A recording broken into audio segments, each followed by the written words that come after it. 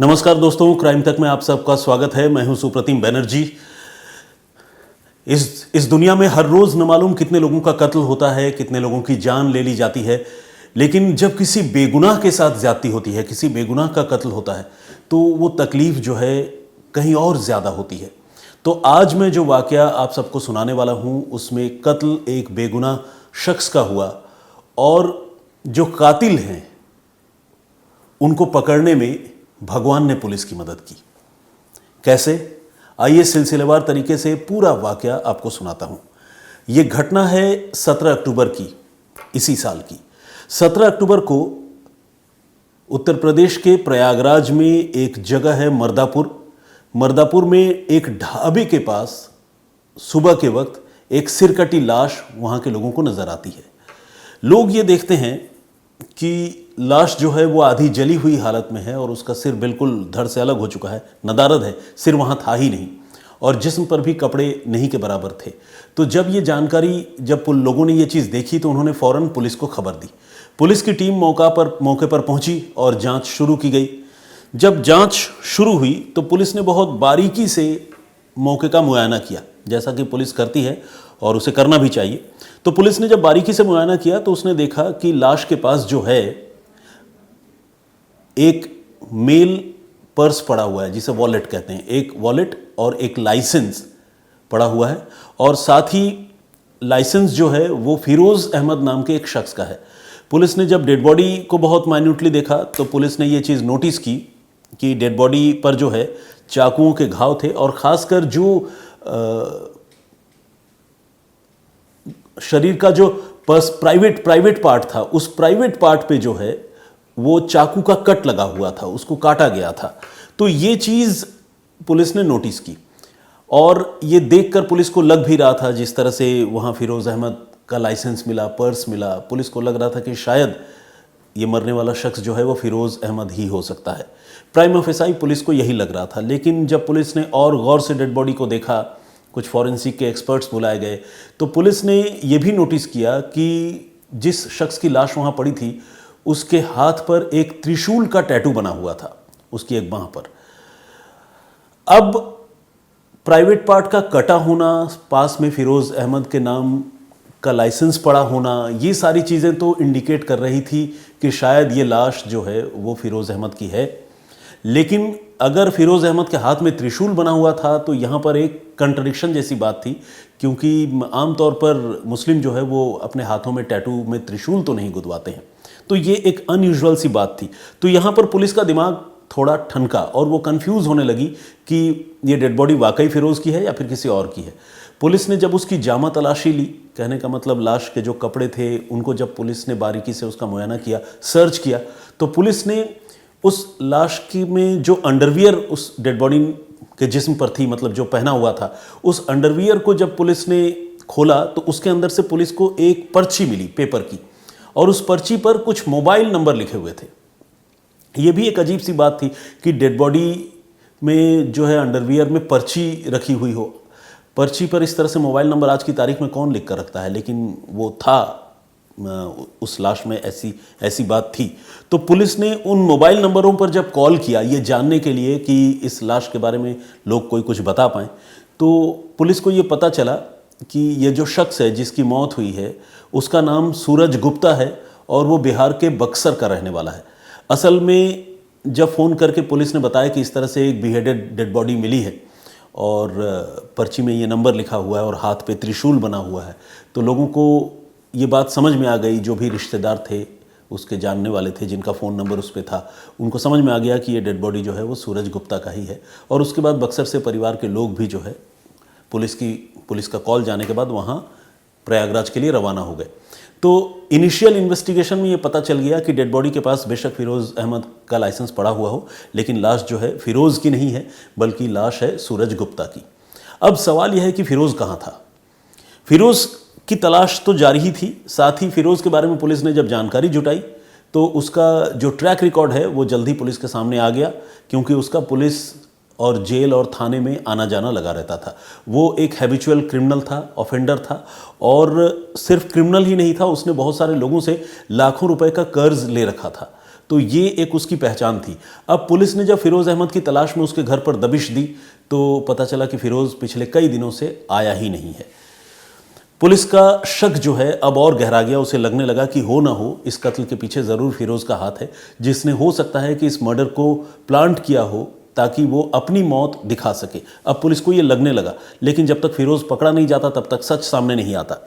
तो पुलिस ने फिरोज़ की तलाश जारी रखी और फाइनली कुछ दिनों की कोशिश के बाद पुलिस ने फिरोज़ को एक जगह एनकाउंटर के बाद पकड़ लिया और फिरोज़ के पैर में गोली लगी।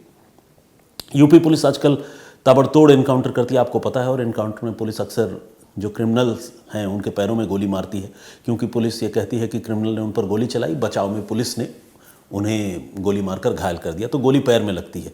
तो ये जो फिरोज़ अहमद है उसके पैर में गोली लगी और पुलिस ने उसको पकड़ लिया। पकड़ने के बाद जब उससे पूछा गया कि तुम्हारा पर्स, तुम्हारी लाइसेंस जो है वो एक डेड बॉडी के पास मिली थी, वो सिर कटी लाश, क्या कहानी है बताओ। तो पहले तो उसने हिला हवाली की, लेकिन जब उससे सख्ती की गई तो उसने पूरी कहानी सिलसिलेवार तरीके से बताई। उसने ये बताया कि मैं जेल जाते जाते परेशान हो चुका था, ज़मानत मुझे बहुत मुश्किल से मिलती है, ऊपर से केस मुकदमों में मेरा बहुत पैसा खर्च हो चुका है, मैं कर्ज़ में डूबा हुआ हूँ। तो मुझे लगा कि मुझे किसी भी सूरत में इस ज़िंदगी से आज़ादी चाहिए, और अगर मुझे आज़ाद होकर एक अच्छी ज़िंदगी जीनी थी तो मेरे बदले किसी न किसी को मरना था। तो इसीलिए मैंने ये तय किया कि मैं अपने जैसे हुलिये वाले किसी शख्स को जो है मार कर उसे अपनी पहचान दूंगा। पुलिस ने जब पूछा कि उसे ये आइडिया कहाँ से आया, तो उसने छूटते ही ये जवाब दिया कि उसने टीवी पर एक क्राइम शो देखा था, जिस क्राइम शो में इस तरह की एक घटना का पिक्चराइजेशन था, और उसे देखकर उसे ये आइडिया आया। और जब से उसे ये आइडिया आया उसी रोज़ से वो खुद से मिलते जुलते हुलिये वाले किसी शख्स की तलाश कर रहा था, और उसने अपना ये आइडिया अपने दो दोस्तों, जिनका नाम शिव बाबू और शमशेर है, इन दोनों से शेयर किया था। और फिर फाइनली ये तीनों मिलकर फिरोज़ अहमद के शक्ल सूरत वाला कोई इंसान ढूंढ रहे थे, और उनकी ये तलाश जो है वो पूरी हुई सूरज गुप्ता पर जाकर। और इस सूरज गुप्ता को जो है वो पुलिस ने पकड़ा, माफ़ कीजिएगा, सूरज गुप्ता को यही फिरोज़ अहमद और शिव बाबू, शमशेर, इन लोगों ने एक जगह देखा, और देखने के बाद उन लोगों ने उसको ये ऑफ़र किया कि वो उसके साथ आकर जो है वो ड्रिंक करे, एक पार्टी करे। और सूरज को समहाउ शराब का लालच कह लें या जो कह लें, वो इस ऑफ़र के लिए तैयार हो गया। उसके बाद 16 अक्टूबर की रात को शराब पार्टी हुई, और वो शराब पार्टी हुई प्रयागराज में ही एक जगह है करछना, वहाँ के एक सुनसान जगह पर इन लोगों ने पहले बैठकर शराब पी, और फिर तीनों ने मिलकर पहले सूरज गुप्ता, जो कि निहायत ही बेकसूर, इनोसेंट, जिसका दूर दूर तक अपराध और अपराधियों से कोई लेना देना नहीं था, उसका इन्होंने गला काट दिया और गला काट कर हत्या कर दी।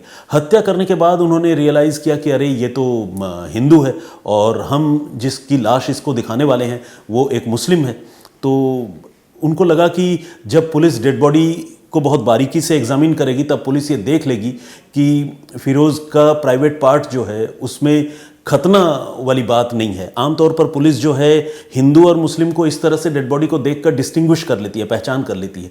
तो इन्होंने उस चीज़ को रूल आउट करने के लिए जो सूरज गुप्ता का प्राइवेट पार्ट था उसको चाकुओं से स्लैश कर दिया, काट दिया, बुरी तरह क्षतिग्रस्त कर दिया, और सिर तो काट कर खैर उन्होंने फेंक ही दिया एक नहर में। उसके बाद लाश भी जला दी। इतना सब कुछ करने के बाद जब उन्हें लगा कि चलो अब हमारा काम हो गया, उनका ध्यान उस टैटू की तरफ नहीं गया था। फिर उन्होंने वो जो लाइसेंस है फिरोज़ अहमद का और पर्स है, ये सारी चीज़ें उस लाश के पास फेंकी और फिर वहाँ से फरार हो गए। वो इस उम्मीद में थे कि कल को जब ये सारी बातें सामने आ जाएंगी तो पूरी दुनिया और ख़ासकर पुलिस समझेगी कि फिरोज़ अहमद का कत्ल हो चुका है, ये केस कभी सुलझेगा नहीं और फिरोज़ अहमद फिर नई ज़िंदगी बहुत आराम से शुरू कर सकेगा। इसीलिए जब पुलिस ने कुछ दिनों की कोशिश के बाद फिरोज़ अहमद को धर दबोचा, क्योंकि डेड बॉडी देखने के बाद ही जो है पुलिस को ये बात पता चल गई, तो फिरोज़ अहमद में पुलिस ने ये नोटिस किया कि उसने गले में रुद्राक्ष की माला पहनी हुई थी और अपना दाढ़ी मूंछ जो है वो क्लीन करके बिल्कुल क्लीन शेव्ड एक अलग अपीयरेंस में था। कुल मिलाकर अपना हुलिया बदल चुका था और एक नई पहचान के साथ शायद वो अपनी ज़िंदगी की शुरुआत करने वाला था। लेकिन इससे पहले कि वो अपने इरादे में कामयाब होता, पुलिस ने उसे पकड़ लिया। अब आपके मन में एक सवाल हो सकता है कि भाई सूरज गुप्ता के अंडरवियर में वो पर्ची क्यों थी? तो इसका कोई कंक्लूसिव आंसर जो है प्रयागराज की पुलिस ने नहीं दिया है, लेकिन इनिशियल इन्वेस्टिगेशन, अब तक का जो इन्वेस्टिगेशन है उससे ये लगता है कि शायद ये बाहर का रहने वाला था, बक्सर का रहने वाला था, तो वो अपनी पहचान के लिए कि अगर मैं कहीं खो जाऊं या मेरे साथ कुछ हो जाए, पता नहीं इसके दिमाग में ये बात कैसे थी, क्यों थी, उसने अपनी पहचान को एक सीक्रेट तरीके से कुछ मोबाइल नंबरों में लिखकर जो है वो मोबाइल नंबर वाली पर्ची अपने अंडरवियर के अंदर रखी हुई थी। पता नहीं, हो सकता है घर वालों ने सलाह दी हो, जो भी बात हो, लेकिन ये जो कुछ चीज़ें हैं, अंडरवियर के अंदर मोबाइल नंबर मिलना पर्ची में और हाथ में त्रिशूल का मिलना, उस त्रिशूल के ज़रिए इसकी आइडेंटिटी और क्लियर हुई कि ये मुस्लिम नहीं बल्कि हिंदू है, जिसके बाद पुलिस ने उसी डायरेक्शन में इन्वेस्टिगेट किया और फाइनली गुनहगारों को पकड़ा। तो इसीलिए मैंने इस कहानी की शुरुआत के वक्त ही ये कहा था कि एक बेगुनाह का जब कत्ल हुआ तो भगवान ने खुद कातिलों को पकड़वा दिया। भगवान ने कैसे पकड़वा दिया, अगर हम इसे जोड़ें तो आप इसे नेचुरल जस्टिस भी कह सकते हैं। और त्रिशूल चूंकि भगवान शंकर का एक वो है, अस्त्र है, तो वो त्रिशूल जो है कहीं ना कहीं जरिया बना, इसलिए मैंने ये बात कही कि भगवान ने गुनहगारों को पकड़वा दिया। चलिए, अब जो मैंने कल आप लोगों से डिस्कस किया था कि क्या मुझे नए नए सवाल और पहेलियां जो है इस शो में पूछना चाहिए या नहीं, उसका जवाब आप में से ज़्यादातर लोगों ने ये कहा है कि हाँ, ये सिलसिला जारी रहना चाहिए, चाहे बेशक लोग गूगल से देखकर आंसर करें या न करें, लेकिन इस तरह के सवाल जवाबों से जो है कुछ नया सीखने जानने का मौका मिलता है। तो उस कोशिश को हम आगे भी कंटिन्यू करते रहेंगे। सबसे पहले मैं आपको कल के लिए एक सवाल पूछना चाहता हूँ, वो ये कि च्युइंगम इस दुनिया में एक देश ऐसा है जहाँ पर बैन है, वो देश कौन सा है और वो बैन क्यों है, और अगर कोई वहाँ च्युइंगम खाता हुआ पकड़ा जाता है तो उसे क्या सज़ा हो सकती है। अगर आप इस सवाल का जवाब दें तो बहुत अच्छा लगेगा। कल जो हमने आपको कहानी सुनाई थी उसमें हमने बताया था कि एक लड़की जो 12वीं में पढ़ने वाली है वो अपने घर से गायब हो गई थी और फिर उसकी लाश मिलती है और पुलिस गुनहगारों तक पहुंचती है। और ये सब कुछ मुमकिन होता है एक गुमनाम खत से जो छत्तीसगढ़ से किसी ने ओडिशा में पीड़ित लड़की के घर वालों तक भेजी थी, वो भेजा था वो खत। तो वो खत किसने लिखा था, लोग मुझसे ये जानना चाह रहे थे, क्योंकि मैंने अपनी कहानी में उसका जिक्र नहीं किया। तो मैं आपको बताऊं कि ये राज अब भी एक राज है कि वो खत किसने लिखा था। पुलिस अभी इस पॉइंट को भी इंक्वायर करने की कोशिश कर रही है। बहुत हो सकता है कि पुलिस जान भी जाए तो उसके आइडेंटिटी को डिस्क्लोज ना करे, लेकिन इतना मैं अपने एक्सपीरियंस से या गेस से ये बता सकता हूं कि वो खत किसने लिखा होगा। देखिए, जो 6 किलर्स इस मामले में पकड़े गए थे, हो सकता है कि इनमें से किसी एक किलर ने कभी किसी मोड़ पर अपने किसी क्लोज आइड को कोई कहानी बताई हो जिसमें बताया हो कि किस तरह से उन्होंने एक लड़की की हत्या करके लाश दफना दी थी। तो वो जो इंसान रहा होगा जो इस जुर्म में शामिल नहीं होगा लेकिन इस जुर्म का राजदार रहा होगा, हो सकता है कि उसके जो इनर वॉइस है या जिसे हम विवेक कहते हैं, उसने उसको झकझोरा होगा, तो उसने शायद पुलिस को ये खत लिखा या लिखवाया हो। तो ये मेरा एजम्पशन है, लेकिन ये बात अभी तक साफ नहीं है कि वो गुमनाम खत किसने लिखा था। अब आइए जल्दी से आप में से कुछ लोगों के नाम मैं पढ़ता हूँ। माही जी ने कमेंट किया है, ब्रायन लाला जी का भी कमेंट है, कुलदीप वर्मा जी, विजय दुदाकिया, विजेंद्र सिंह जी, रेखा भट्ट, इन्होंने लिखा है सवाल पूछनी चाहिए, ज्ञान बढ़ता है। कृष्णा घोष जी, इन्होंने भी लिखा है continue asking questions, thank you very much.